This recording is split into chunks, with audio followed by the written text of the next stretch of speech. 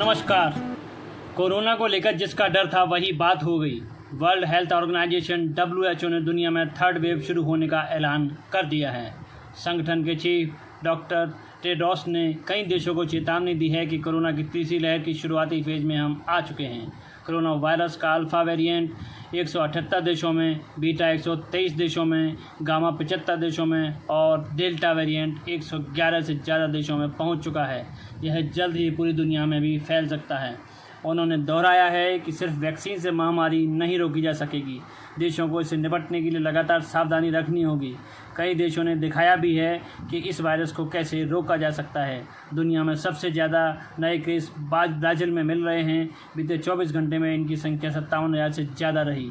पिछले हफ्ते यहाँ करीब 3.5 लाख केस मिले। हालांकि नए मामलों में 14% की गिरावट भी आई है। इसी दौरान इंडोनेशिया में 45%, ब्रिटेन में 28%, अमेरिका में सबसे ज़्यादा 67%, स्पेन में 61% तक मामले बढ़े हैं। भारत के लिए यह खबर बड़ी है क्योंकि तीसरी लहर दरवाजे पर ही खड़ी है। केंद्र सरकार भी कहना है कि दुनिया में कोरोना वायरस की तीसरी लहर आ चुकी है और भारत में इसका ज़्यादा प्रभाव ना हो, इसके लिए हम सभी को अभी से जुटना होगा। दुनिया में एक थर्ड वेव दिखाई दे रही है। 3,90,000 केसेस हैं और सेकेंड वेव में 9 लाख हुए थे, तो लगभग 40% पे वो वेव ऑलरेडी आ गई है। हमें अपने देश को इस वेव में ना आए और थर्ड वेव ना आए, इसके लिए हमें सबको जुड़ना है। और उसके बारे में जो फिलॉसफी है सरकार की और देश की, वो आज प्रधानमंत्री जी ने बिल्कुल साफ शब्दों में हमारे सामने प्रस्तुत किया है। उन्होंने ये कहा है कि तीसरी वेव कब आएगी की बजाय ये चर्चा होनी चाहिए कि तीसरी वेव को आने से कैसे रोका जाए। हिल स्टेशनों पर पर्यटकों की बढ़ती भीड़ सुपर स्प्रेडर का काम कर सकती है। कई राज्यों में बुनियादी नियमों की अनदेखी हो रही है। सरकार ने कहा है कि तीसरी लहर की चेतावनी को मौसम की भविष्यवाणी की तरह नहीं लिया जाना चाहिए।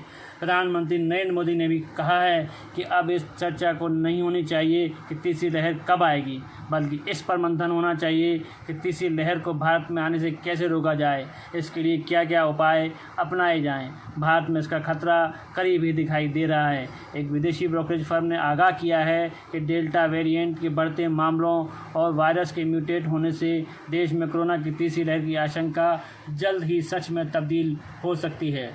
WHO के चीफ ने कहा है कि वायरस लगातार खुद में बदलाव कर रहा है।